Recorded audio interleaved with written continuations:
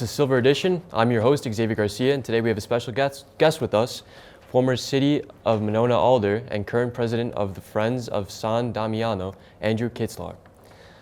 Can you tell us a little bit about yourself and the history with Monona?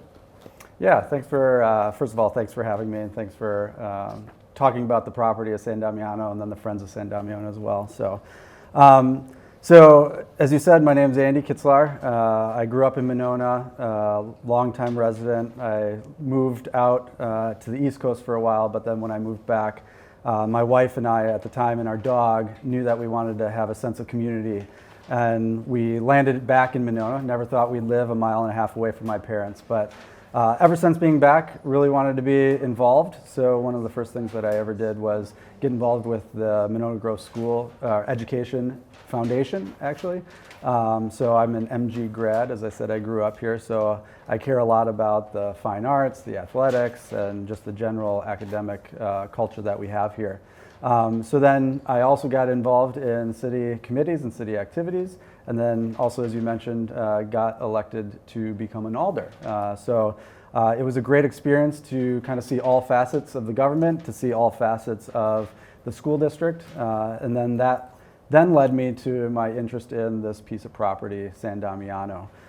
Before I got off of council, I didn't run for re-election back in 2020 now. They were talking about selling this property, they being the Catholic Church and the Norbertines.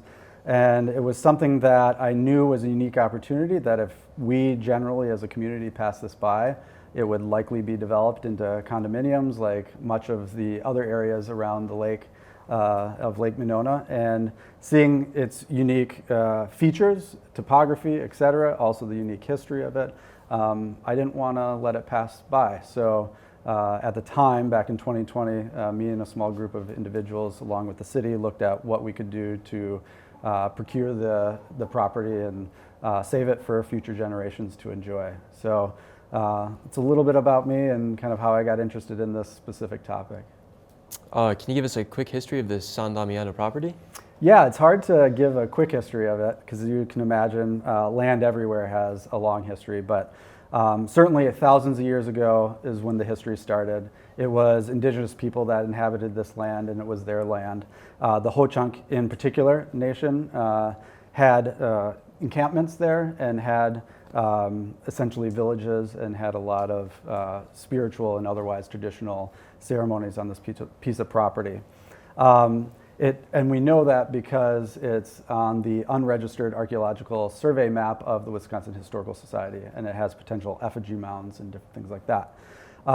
More recent history in the last 100 years, Frank Alice and their family built this house. It was the first all year round house on this side of Lake Monona.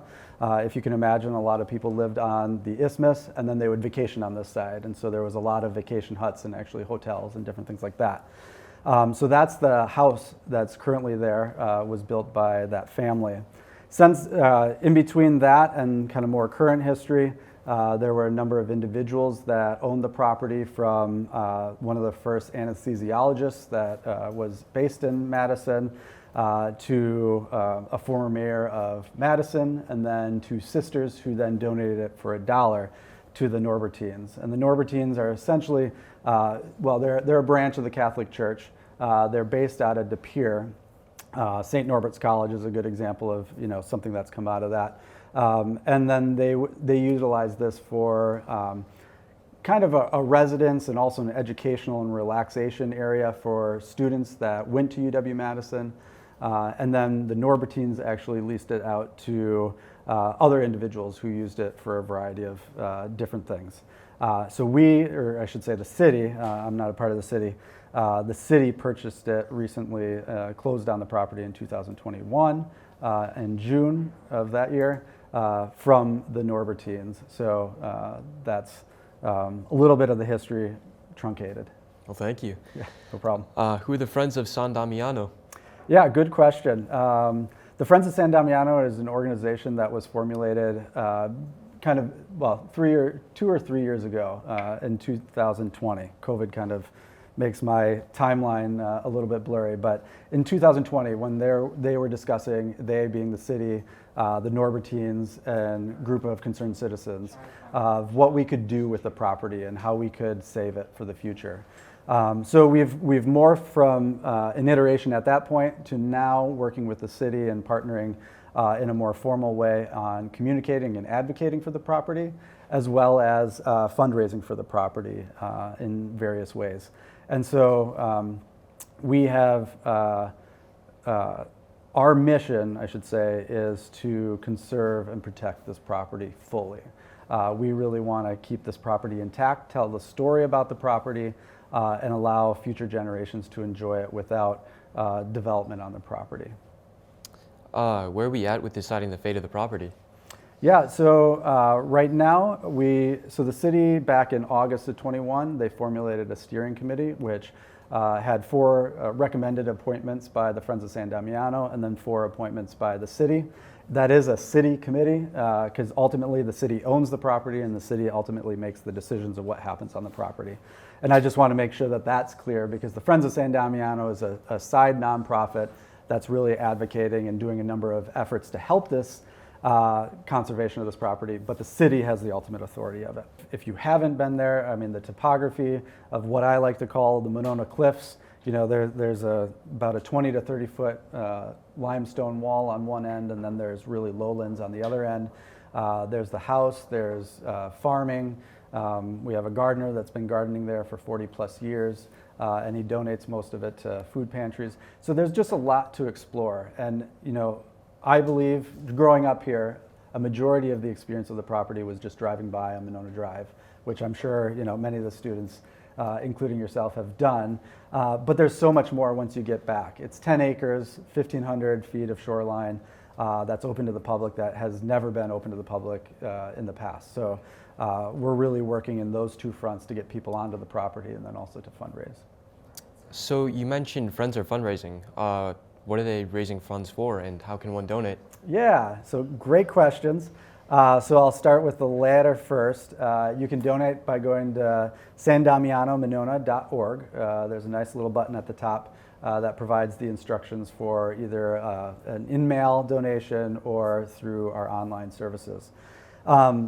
But we're fundraising really for a number of things. Our primary goal right now is we're raising $150,000 for this master planning process. I should back up a little bit and say the city has really invested a lot in the purchase of this property. We're hoping to bring down that cost, but anything above and beyond that, the Friends of San Damiano has to fundraise. So the city's in for the purchase, but any capital improvements, any master planning process, you know, et cetera, is going to be raised by the Friends of San Damiano. Therefore, we're raising the $150,000 for the master planning process. We're $95,000 on the way towards that. We just kicked off on March 1st our spring campaign to hopefully close and or seal that gap of the $55,000. We have a lovely match going on right now, which would double your impact. If anybody wants to make their donation, time would be now. We're also fundraising for the purchase of the property. We're also fundraising to create an endowment for the maintenance of that property. And then in the future, once the master planning process is completed and then there is a master plan, we'll have to be fundraising for the capital improvements that are decided at that time. All right, and for my last question, I'm gonna go a little bit off topic. What is your favorite Taylor Swift song? Wildest Dreams would be my favorite Taylor Swift song, which is probably out of the ordinary, but as we were talking about offline, I like to run at this point, and one of the things that I train for is the Lake Monona run that goes around the lake. So it's a little bit shy. I'm a little bit annoyed. It's a little bit shy of a half marathon because otherwise I could say I've done a number of half marathons. But sorry, this is a longer answer to your story than you ever care to have. But her 1989 album is my favorite. And Wildest Dreams on my pace, and I know what I'm pacing if I hit this, as I'm rounding the corner of Olin Park, and then you can see the downtown isthmus with the Capitol, Wildest Dreams is on, and it's just like this nice little kind of movie soundtrack in my mind of just a happy time, happy thoughts. Yeah. Hopefully I'm feeling good at that time. So That's my answer to that one. But she's got great albums. I love that she's re-releasing her other ones so that she can take ownership of it again. I think she's a gift that keeps on giving.